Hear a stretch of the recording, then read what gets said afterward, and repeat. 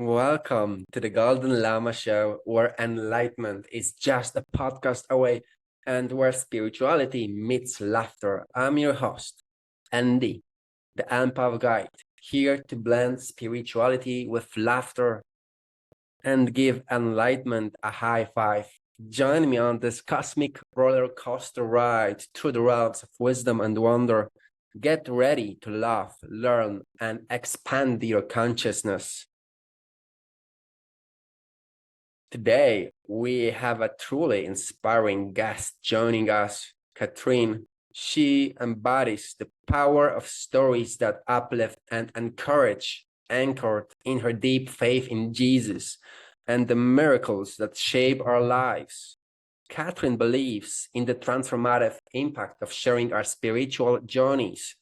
Her own experiences are a testament to the profound changes faith can bring, from encountering angels to reciprocating kindness in unique and meaningful ways. As believers in Jesus and the promise of heaven, Katrin and her stories remind us that every life is filled with spiritual miracles waiting to be shared.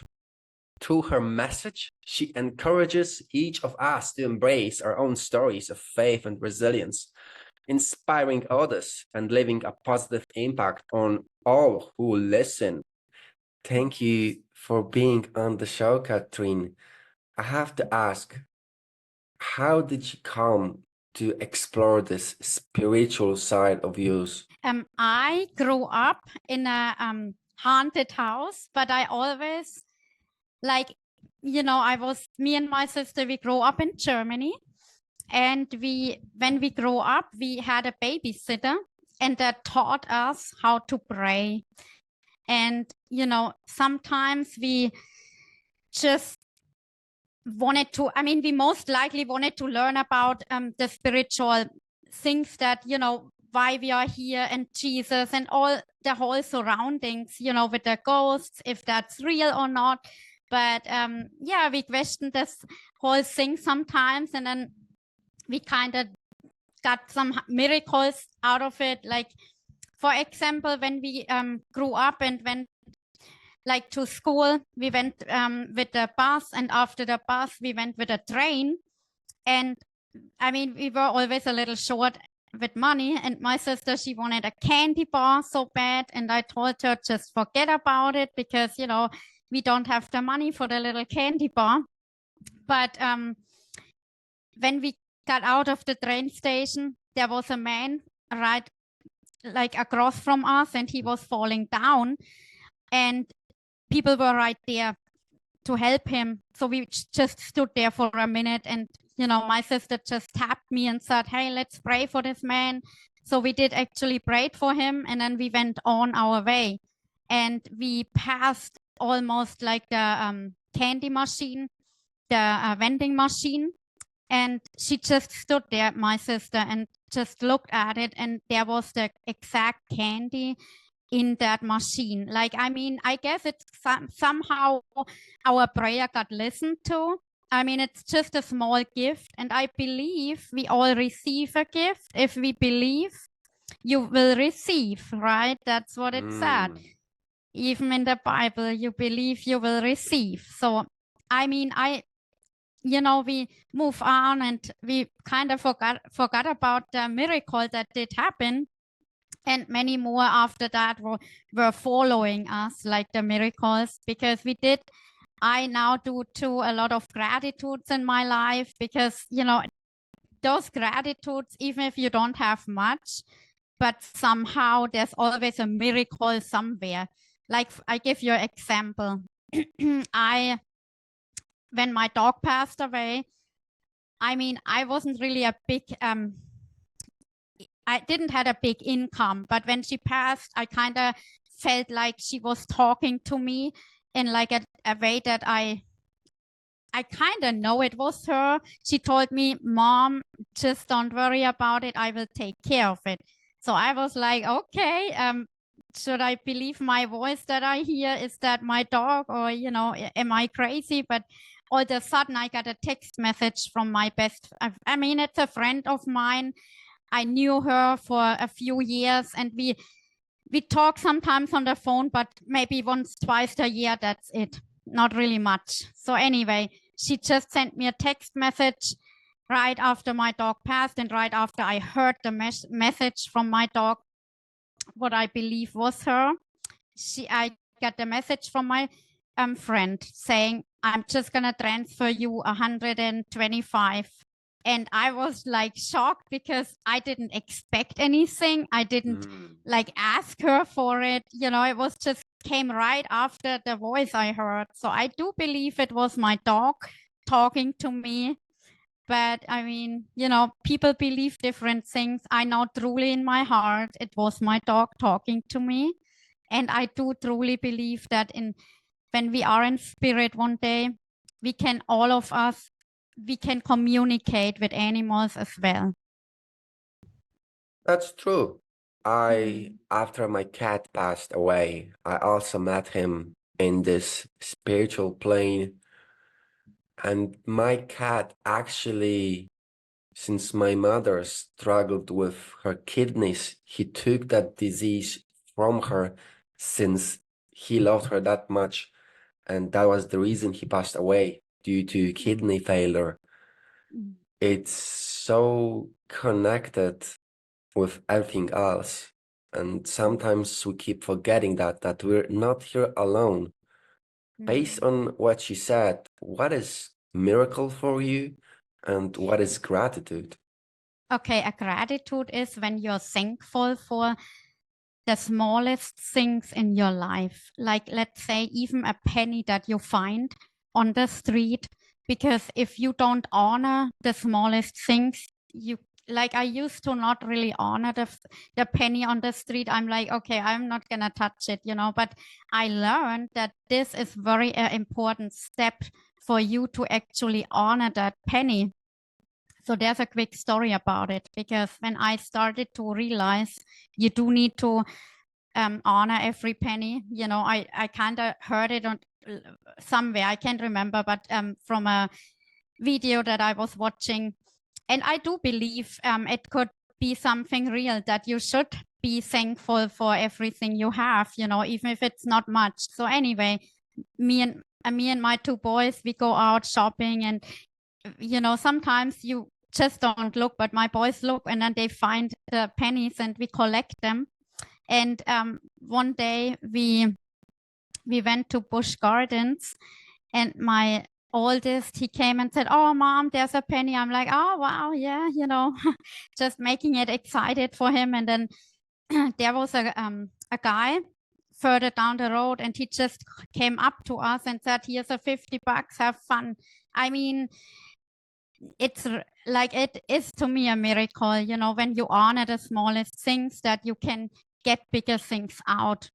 And even like there is, like, I had one day, I went to the wash salon where I wash my laundry, and I didn't, like, for whatever reason, I forgot the laundry card. And there was a lady that just came up and said, just use my card, don't worry about it, you know, like those things come up to you when you do your gratitudes. In the end, it's better to live in emotion that elevates you, that holds you down. And it is kind of like a challenge. Like if God is testing you, if you are worthy for bigger things, if you are not worthy for the small one, how can you be worthy for the big one? That's amazing. So you think you have this connection with God or angels? I think so, and especially with money for some reason. I don't know why, but there were many miracles happened to me. So when I moved out from my country, I make it short, but I mean, of course, you know, when you move out, you cancel your bank and have everything all together, so that nothing is left behind. So I did cancel my bank. I moved out of the country, and like after I think 1 or 2 years, my mom called me up. I mean, before that, I did do my gratitudes.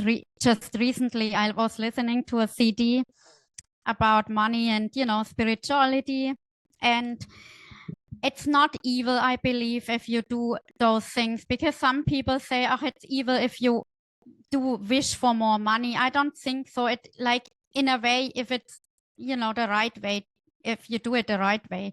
So anyway, I was just listening to a CD about money and how to get more, or how to become more, and also spiritual. So I got a phone call from my mom saying the bank had called her up and said that I have some amount left on my bank. I told her there's no way, because I canceled everything. So, I mean, it was a big amount. It was like a 5,000, and I seriously couldn't believe it, because I did not left that money behind. I just know, but for some reason it just came up. My mom came with the money and I was like surprised, you know. It's something that I didn't expect. Money is just a tool. So Yeah. it depends on the person that is using the tool. You can, Yeah. like a knife, you can use a knife to cut the bread to feed your family, but you can also use that knife to stab someone. So it's about who's using the tool and what is his intention. And what is spirituality for you? Spirituality is believing in the higher power, in Jesus, in like life after death. And I believe spirit is all around us. We just have a limited mind, because when we are born on earth, we have a limited mind. We are flesh and not really the spirit. The spirit is inside of us. So if we die, when we die, we do leave our body behind, but the spirit never dies. Have you ever experienced something that cannot be explained using the senses? Let me think. I had many things. I mean, I know that when I grew up in a haunted house, for example, I've seen spirit that I couldn't explain and that nobody could explain. So something, and that made me curious, you know, what is it? Why do I see it? I mean, it just, there are things you can't explain and you always wonder, you know, but then I dived deeper into the near-death stories online, and that gave me a closure, just how it would be one day when we all die. And my curiosity about life after death was always, ever since I was little, like I always wanted to know, what is it when we die? How, you know, how is it up there? And it's very interesting also watching those near-death stories. So I was always spiritual, and spiritual in a way that I do believe and I did receive, let's say that. Yes, a strong faith is always better than any modality used. It's like a martial artist that operates on skills instead of techniques. So we could say that the ghost was a darkness. Does this darkness still haunt you? No. It was just because the lady had depression, and we found later out that she died because she committed suicide in the house, and I think she couldn't move on. Maybe she was stuck in the between world. I'm not sure, but I assume. That's a interesting explanation. Usually the souls of humans that are stuck in this plane have some unfinished business. Maybe something that she wasn't able to let go. And when you think about it, depression is an imbalance of the lungs caused by sadness or grief that was so huge that she wasn't able to process that pent-up energy. So yeah, I'm very curious what could be the cause of it. Anyway, is this something that you're willing to give to the world, that not everything can be seen with the eye? Yeah, I think we all will know when we die what's gonna, like, we all do have a contract before we enter Earth, and How do you know this? and it's a contract you do between your guidance in heaven before you enter Earth. So you have, like, if you commit suicide, it means that you haven't finished your contract. So sometimes you have to live multiple times. That's my belief. But everybody has their own beliefs. How did you know this? Because I did study the near-death stories online. They said so? I did study it. Like it really caught my interest. That's pretty much true. I haven't studied that at all, but I can study a cup of glass to the point that it starts telling me secrets of the universe. And the soul always knows what it wants to experience. And if you go against that, it's like raping the soul. So you might say breaking the contract. And the thing is, it usually takes many incarnations just to experience that one single thing that the soul wants to experience. It is us that we interfere with the ego, with the process, because we think we can somehow make it better, make it faster. But all flowers bloom in due time. All you can do with the ego is slow down the process. When you do think with the ego, your ego grows, not the spirit. And we live in this day and age that we need everything right here, right now. So we engage in very dangerous practices that in the end leave us lost like kids in the fog with no way out. So your journey, it seems, has been very different, like loved by the God, because you didn't need to rely on any modalities or any experiences, only on faith. And I always say that faith is an amplifier of anything that you choose to believe, because you can believe in yourself, in God, however you wish to call it, the universe, and it's gonna amplify any belief you have or modality to the point that there is no need for that belief or modality. Just faith is enough. How do you cultivate that? My faith, I tell you quick. So I had faith in one point of time in my life, because 2020 I gave birth, and I gave birth all alone. I stood there by myself and I didn't know what to do. My sister took me in for 3 months. That was it. I mean, we love each other, but there was some issues, so I had to find my own way. And when I ended up in the shelter for 6 months, and I did kind of had a little less hope for a miracle to happen. So I kind of screamed and yelled at a good friend of mine. I said, okay, where is Jesus? I really told him exactly like I tell you now. I said, where is Jesus? I need him now.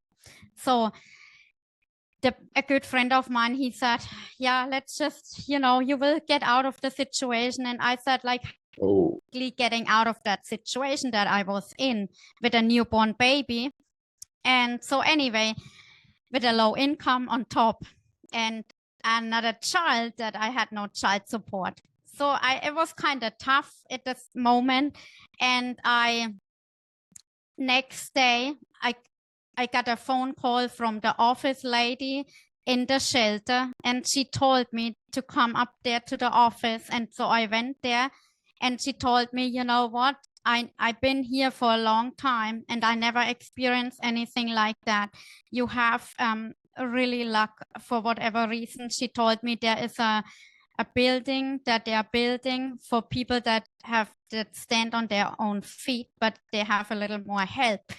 So they just started to build a huge apartment complex, and with people that have issues money-wise, and they help them out a little more and get assistance. And so I got into that, and I didn't never know that this, like, this would actually happen to me, because I thought there's no way out. Like, I'm just sitting in that hole and I don't know how to get out of it. But when I asked, where is Jesus? And that's when the next day when I got called in the office, and it was the biggest miracle in my life. And I'm very thankful for that. And I think I had to have patience at the time, which I did. I managed the whole thing, and I'm very grateful. And after this, I never stopped doing my gratitudes. So I did still had blessings afterwards. Like, for example, I went to a park with my boys, and I told my boy to throw something in the trash, and he came back with $40. I mean, it's just something, to look back. And I think if you have struggles in your life, do your gratitudes. I encourage you, because it can only help you. And if not, be patient, How can one do his gratitude? You just talk about how thankful you are in your life. Even though when I didn't have anything, I still do my gratitude. So I said, I'm very thankful. I have a bed right now. I have food. I have the money I receive from work, the money I will receive. And I'm very thankful for my health and the people that love me and my future that looks bright, kind of. That's what I'm saying, and I teach my kids that same, have a relationship with Jesus, because I know for a fact that there is, we are here on earth to learn and to grow. And that's what made me grow, kind of, in a way. Like I did after the gratitudes, I kept on going, and I saw my miracles happen. Who is Jesus to you? To me, it's the Son of God, and he died for us, and he is there for us. And when we enter heaven one day, we will experience so much love that you cannot describe. This is not possible on earth. And what does it mean to be Son of God? We are his children. So this is actually our Father in heaven. So it's like the prayer itself. It says, our Father who are in heaven. I think we got confused. We have parents, yes, but we know when we die, almost all of the people that die, they came back. That shows that I was watching based on true stories. And those people really did say that they know this is their home, not earth. Heaven is. Was it like this feeling of eternal love and bliss? Or was it they saw scenes in their head? It's like there is a seed that grows in us, or I guess, I'm not sure, but I heard the story from some people that have passed and came back.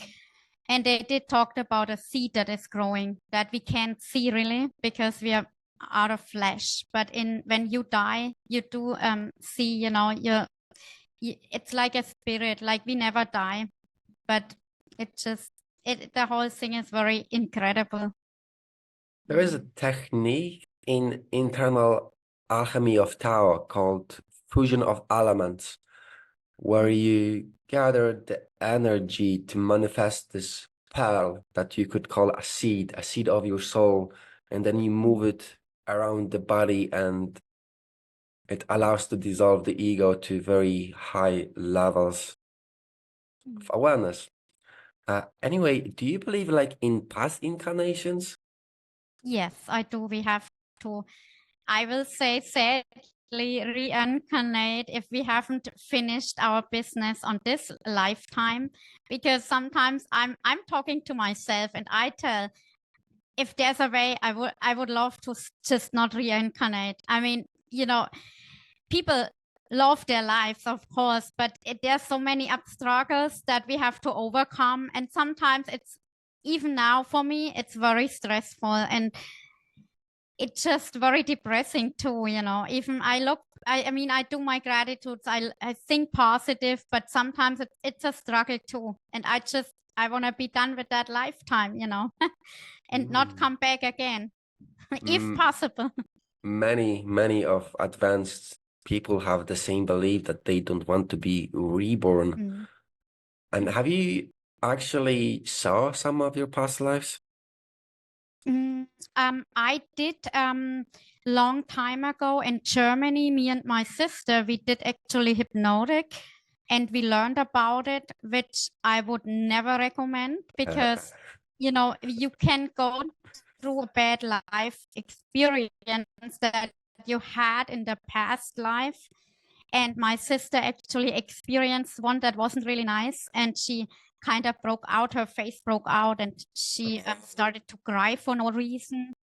It was very emotional for her. She couldn't stop thinking about that past life she had.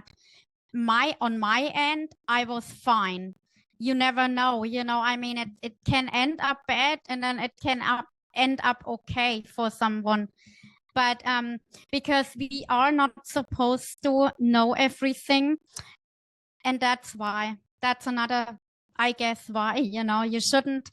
My grandma used to say, she used to touch me on the nose, do not be so nosy, she told me, because that's what we are, very curious, what is there. And I'm curious, I want to know everything, but we are not supposed to. It's not needed on the growth. The thing is, it's if you didn't do your job, you're probably experiencing the same thing. It all only looks a little bit different to confuse you. It's something new, but the energy is the same. So I'm curious, was she killed for faith? She just had a bad experience in that, like a trauma. She experienced the past life was really bad, and after that she basically couldn't stop thinking about it, and would cry all of a sudden. Her face would break out, and so she had to have a few healing sessions, and then it just slowly went away. So this bad happens in your life when you stop having faith, when you drop down from this high frequency, and then all the darkness attacks you because it can attack you. When you're in this elevated state, it doesn't have access to you. Does this sound right? You know what? You can always, what I learned, you protect yourself with a prayer. Because one time there was a very bad situation where my sister, she was in a little apartment, and she invited the wrong friend. And he wouldn't go, and he would bother her, and she would say, okay, you know what? I'm just gonna pray now to get help. And believe it or not, she did pray for help. And our grandmother at the time just passed away, not recently at the time.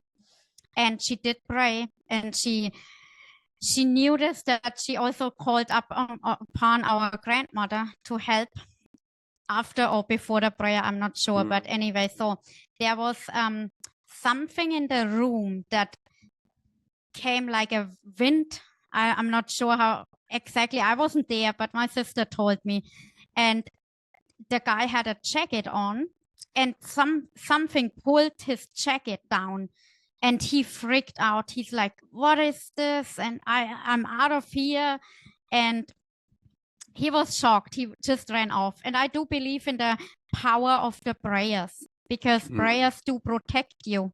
There is heaven and there is hell. And even if you are in a bad situation, you can always pray for forgiveness. You can pray to Jesus to help you and guide you. Praying changes the brain as meditation does. And for people in the West, it's actually more beneficial because we haven't been meditating. Our parents, grandparents, and people in our previous generations, they have been praying. They are more accustomed to praying. So it's more beneficial. Now we are exploring different modalities, and it's not always the best. Like you You can say that the rocket fuel is the best kind of fuel, but you will not use it for your car because it's not suitable. So everything in its own time. Do you wish to give like the last your value, the last insight to the people? Yes, I like to tell you guys, do not give up, because you just can't do it. You can tell yourself you can do it, because I can too. And sometimes I think I can't, but you can. We can. We pray for forgiveness, and forgive others is very important. And also think about positive things in your life, and positive things can happen. If people would want to find you, how would they do it? I have written down, it's heavenly at dkspiritualmiracles.com. Yeah, thank you so much. Thank you for joining us on this illuminating voyage through the cosmos. If today's episode resonated with you, do not forget to subscribe and leave us a review on your favorite podcast platform. Stay connected with us by following us on social media or visiting our website. And remember, the light of truth shines the brightest when shared with others. Until we meet again, may your path be blessed with love, laughter, and limitless possibilities. This is Andy, signing off with gratitude and sense of a purpose. See you in the next episode.